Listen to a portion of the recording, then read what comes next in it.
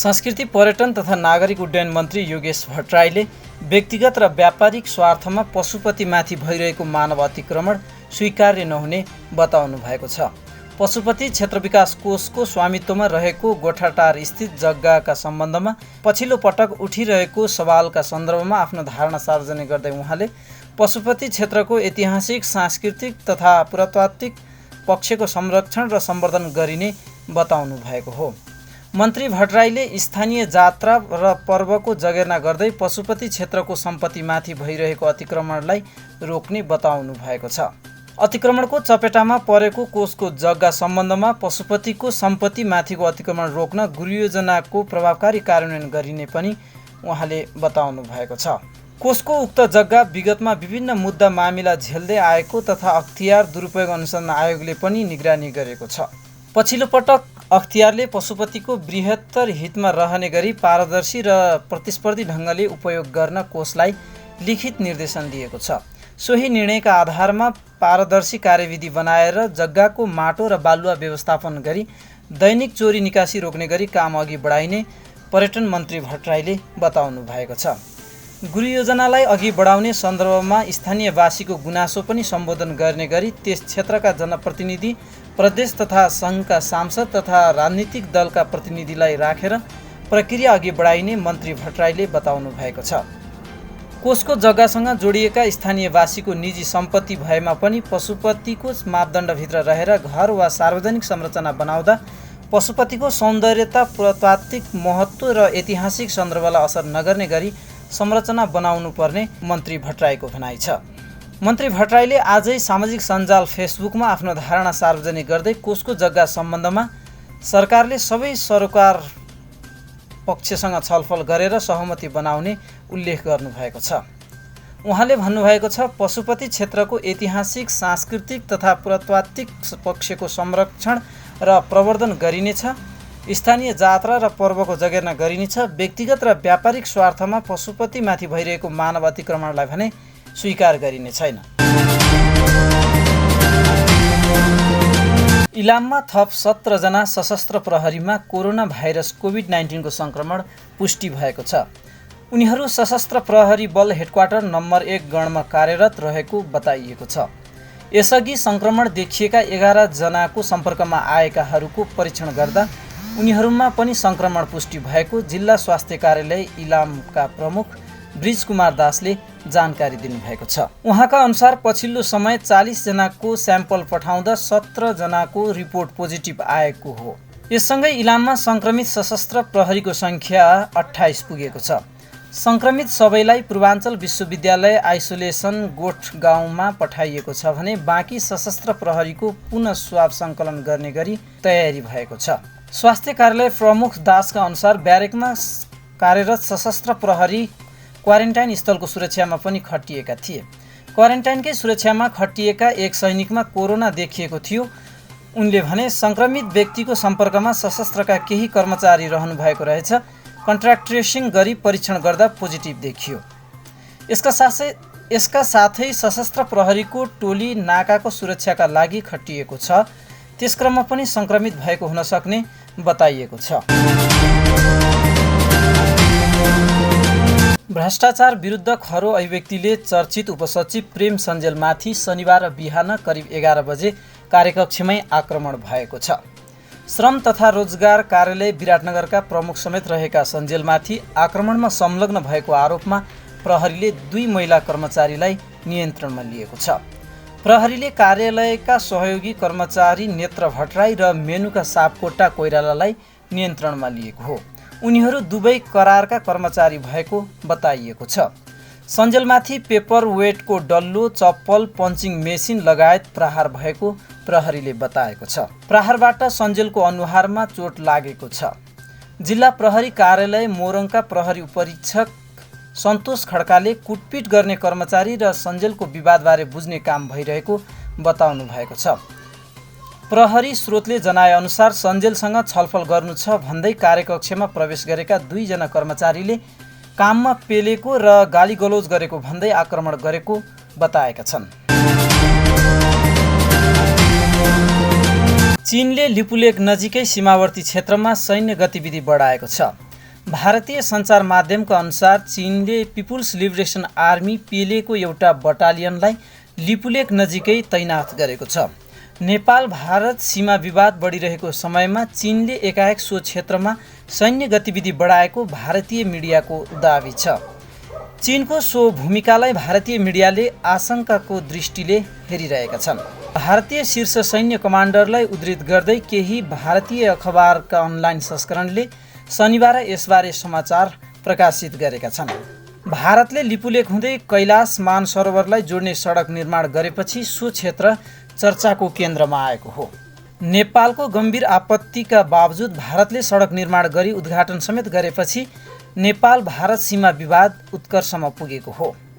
यसअघि भारतले आफ्नो राजनीतिक नक्सामा कालापानी, लिपुलेक, लिम्पियाधुरा सहितको भूभागलाई समेटेपछि नेपालले आपत्ति जनाएको थियो। सीमा समस्या समाधानका लागि वार्तामा बस्न लगातार नेपालले जोड दिँदै आए पनि भारतले कोरोना सङ्कट समाधान भएपछि मात्र वार्तामा बस्ने जवाफ दिएको थियो।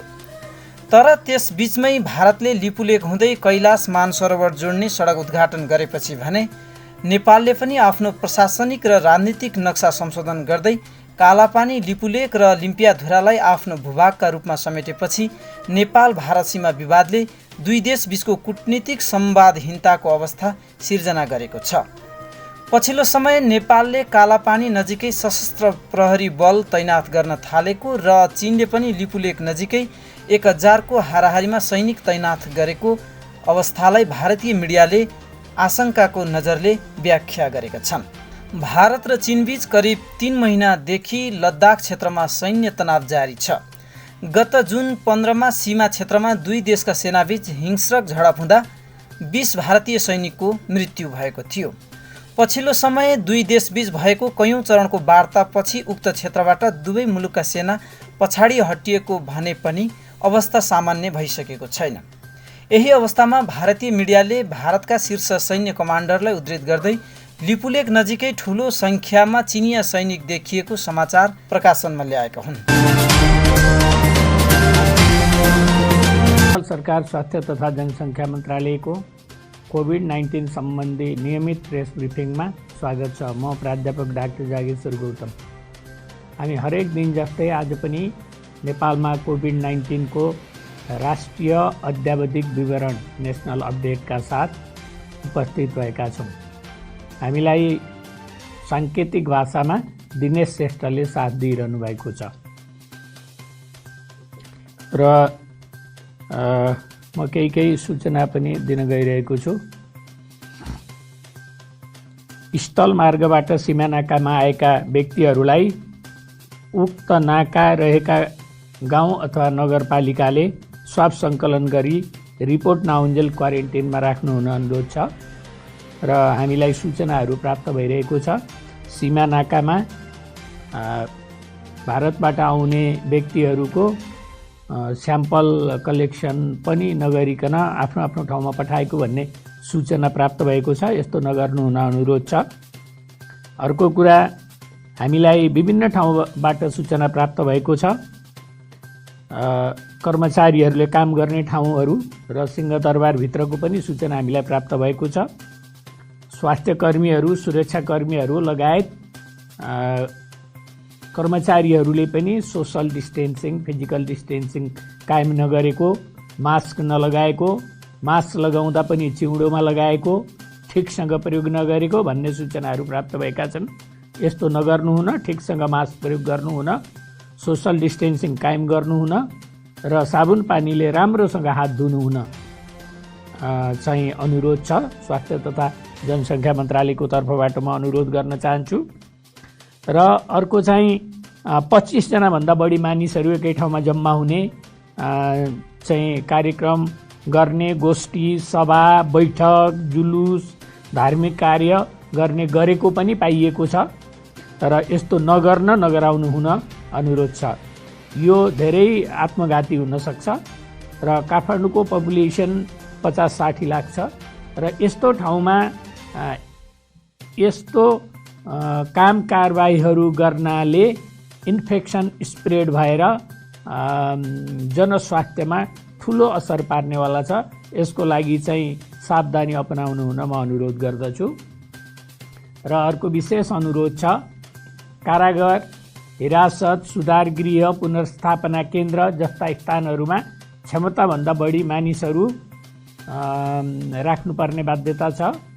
अहिलेको भौतिक संरचनाको अवस्थालाई हेर्दा ती ठाउँहरूमा भौतिक दूरी कायम गरिराख्न सक्ने स्थिति कति ठाउँमा छैन। हामी सबैलाई थाहा भइसकेको छ कि कोभिड-19 रोकथामका लागि भौतिक दूरी कायम राख्ने, उपयुक्त तरिकाले मास्क लगाउने र सफा सुग्घर भई बस्ने यी 3 मुख्य तत्त्वहरू हुन् जुन हामी सबैले दैनिक जीवनमा अपनाउनु पर्दछ। अर्को कुरा, यसरी त्यस्ता स्थानहरूमा जीवनयापनका लागि दैनिक उपभोग्य वस्तुहरू बाहिरबाट खरिद गरी भित्र लैजानुपर्ने हुन्छ। यसरी उपभोग्य वस्तुहरू भित्र्याउँदा राम्ररी सफा गरी निर्मलीकरण समेत गरी भित्र्याउन र सकभर भौतिक दूरी कायम गरी बस्ने वातावरणको व्यवस्था गर्न सम्बन्धित सबै पक्षहरूलाई हामी विनम्रतापूर्वक अनुरोध गर्दछौँ। आजको विवरण प्रस्तुत गर्न चाहन्छु। आज देशभरि जम्मा सक्रिय सङ्क्रमितहरूको सङ्ख्या 5338 छ। प्रदेशअनुसार सक्रिय सङ्क्रमितहरूको सङ्ख्या यस प्रकार रहेको छ, जस्तै प्रदेश 1 मा 225 जना, प्रदेश 2 मा 2066 जना, बागमती प्रदेशमा 575 जना, गण्डकी प्रदेशमा 313 जना, प्रदेश 5 मा 387 जना, कर्णाली प्रदेशमा 297 जना र सुदूरपश्चिम प्रदेशमा 1675 जना हुनुहुन्छ। विश्व नै कोभिड-19 को महामारीमा परेको छ, चपेटामा परेको छ। यस सन्दर्भमा नेपाल पनि अछुतो छैन।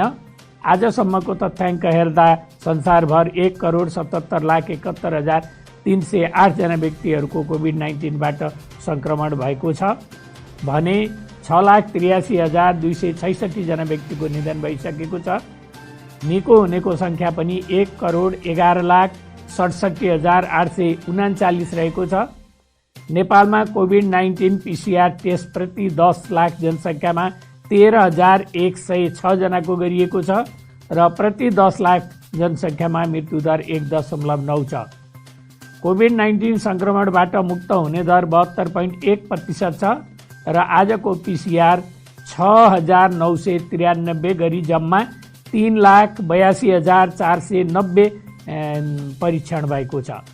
क्वारेन्टाइनमा रहनुभएका व्यक्तिहरूको सङ्ख्या 11,533 रहेको छ र कोभिड-19बाट सङ्क्रमण मुक्त भई गत 24 घण्टामा डिस्चार्ज हुनेहरूमा जम्मा 93 जना हुनुहुन्छ र आजसम्म डिस्चार्ज हुनेको सङ्ख्या 14,492 छ। सङ्क्रमितहरू निको भई फर्किसक्नु भएको छ।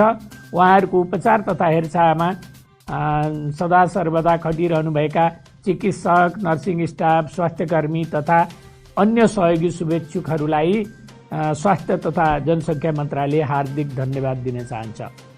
हाम्रो 2वटा कल सेन्टरबाट 828 व्यक्तिहरूले सेवा प्राप्त गर्नुभएको छ। नेपाल सरकार स्वास्थ्य तथा जनसङ्ख्या मन्त्रालयको आधिकारिक मोबाइल एप्स हाम्रो स्वास्थ्य डाउनलोड गर्नेको सङ्ख्या 1,62,902 रहेको छ। यस एप्स मार्फत कोभिड-19 सम्बन्धी सम्पूर्ण जानकारी प्राप्त गर्न सक्नुहुन्छ। यसै एप्स मार्फत आफ्नो स्वमूल्याङ्कन गरेर हामीलाई सहयोग गर्नुहुने सबैलाई धन्यवाद दिन चाहन्छौँ। आज हामीलाई 184 जनाले आफ्नो स्वमूल्याङ्कन भरेर सहयोग गर्नुभएको छ र यस मूल्याङ्कनका आधारमा रेड जोनमा आज 1 जना हुनुहुन्छ र उहाँ काठमाडौँबाट हुनुहुन्छ। उहाँहरूलाई हाम्रो इपिडेमियोलोजी तथा रोग नियन्त्रण महाशाखादेखि आवश्यक सहयोग गरिरहनु भएको छ। यससँगै जम्मा स्वमूल्याङ्कन भरिएको सङ्ख्या जम्मा 69,150 छ र रेड जोनमा रहेकाको सङ्ख्या 535 रहेको छ। हाम्रो वेबसाइट हेर्नेको सङ्ख्या 31,66,865 रहेको छ हाम्रो भाइबर ग्रुपमा जोडिनेको जम्मा सदस्य सङ्ख्या 4,22,475 रहेको छ। अब विस्तृतमा म अरू विवरणहरू भन्न चाहन्छु र हामीले लकडाउन खोल्नुभन्दा अगाडि र खोलिसकेपछिको 11 दिनको परिणाम पनि हामीले यहाँ कम्पेयर गरेका छौँ र लकडाउन खोल्नुभन्दा अगाडिको 11 दिनमा जम्मा 47,877 PCR टेस्ट भएकोमा 1,345 जनाको पोजिटिभ आएको थियो। त्यो भनेको 2.8% थियो र लकडाउन खुकुलो भइसकेपछिको 11 दिन भनेको श्रावण 7 गतेबाट 17 गतेसम्म जम्मा 58,174 PCR परीक्षण भएको छ र करिब 11,000ले PCR परीक्षण पनि बढेको छ र पोजिटिभको सङ्ख्या 2,092 छ र यो चाहिँ 3.6% हो र लकडाउन खुकुलो गरेपछि सङ्क्रमितहरूको सङ्ख्या 0.8%ले बढेको छ। आज देशभरि जम्मा सक्रिय सङ्क्रमितहरूको सङ्ख्या 5,338 छ र यसमा प्रदेश 1 मा 225, प्रदेश 2 मा 2,066, बागमती प्रदेशमा 575 र गण्डकी प्रदेशमा 313, प्रदेश 5 मा 387, कर्णाली प्रदेशमा 297, सुदूरपश्चिममा 1,675 हामीले यो अगाडि पनि भनिसकेको छौँ र प्रयोगशालामा आरटीपीसीआर पोजिटिभ केसहरूको विवरण म दिन गइरहेको छु। बीपी कोइराला स्वास्थ्य विज्ञान प्रतिष्ठान धरानमा सुनसरीका 1 जना हुनुहुन्छ, कोशी अस्पताल विराटनगर प्रयोगशालामा झापाका 1 जना, इलामका 17 जना र सिराहाका 5 जना हुनुहुन्छ। प्रादेशिक जनस्वास्थ्य प्रयोगशाला विराटनगरमा झापाका 1 जना, इलामका 5 जना, उदयपुरका 1 जना र मोरङका 2 जना हुनुहुन्छ। गजेन्द्र नारायण सिंह अस्पताल राजविराज प्रयोगशालामा सप्तरीका 7 जना, नारायणी अस्पताल वीरगञ्ज प्रयोगशालामा बाराका 1 जना, पर्साका 62 जना र रौतहटका 1 जना हुनुहुन्छ।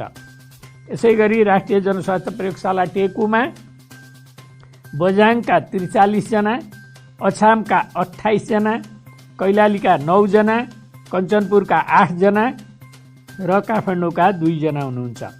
धुलीखेल अस्पताल प्रयोगशाला धुलीखेलमा कैलालीका 27 जना, काभ्रेपलाञ्चोकका 1 जना र रामेछापका 2 जना हुनुहुन्छ।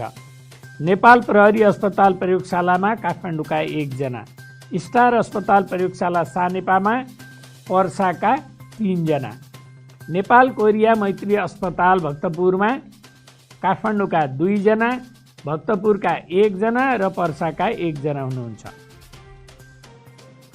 प्रादेशिक क्षयरोग प्रयोगशाला पोखरामा कास्कीका 1 जना, लुम्बिनी प्रादेशिक अस्पताल बुटवलमा रूपन्देहीका 2 जना, सुर्खेत प्रादेशिक अस्पताल प्रयोगशालामा सल्यानका 1 जना र सेती प्रादेशिक अस्पताल प्रयोगशाला धनगढीमा बझाङका 25 जना, कैलालीका 53 जना र कञ्चनपुरका 1 जना हुनुहुन्छ र आज जम्मा सङ्क्रमित हुनेहरूको सङ्ख्या 315 छ र प्रदेशअनुसार विवरण म प्रस्तुत गर्न गइरहेको छु र क्वारेन्टिनमा भएका व्यक्तिहरूको सङ्ख्या यस प्रकार छ। प्रदेश 1 मा 1,254, प्रदेश 2 मा 1,573, बागमती प्रदेशमा 852, गण्डकी प्रदेशमा 2,953, प्रदेश 5 मा 1,536, कर्णाली प्रदेशमा 443 र सुदूरपश्चिम प्रदेशमा 2,922 गरी जम्मा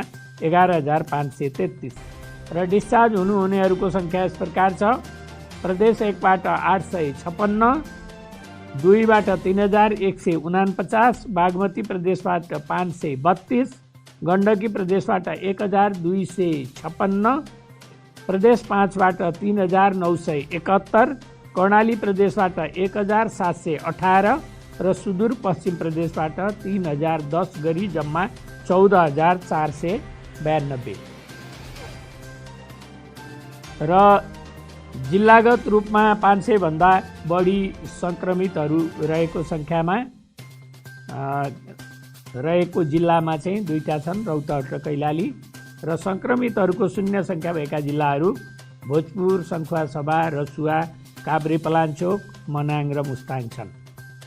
र फेरि पनि म विनम्रतापूर्वक अनुरोध गर्न चाहन्छु कि भिडभाड नगरिदिनु हुन, जरुरी अत्यावश्यक काम नपरी घरबाट ननिस्किनु हुन, फिजिकल सोसल डिस्टेन्स 2 मिटरको दूरी कायम गर्न, अनिवार्य रूपमा मास्क लगाउन र साबुन पानीले राम्रोसँग मिची हात धुन र सम्भव नभएमा सेनिटाइजर प्रयोग गर्न अनुरोध छ।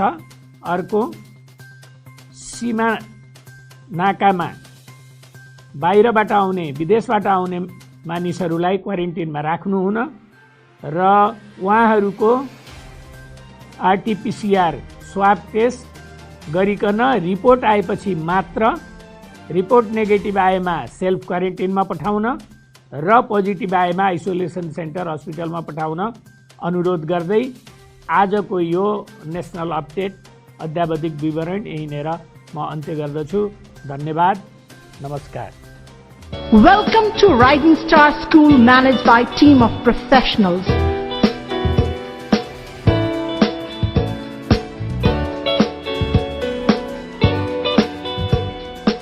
We believe in modern education with cultural values.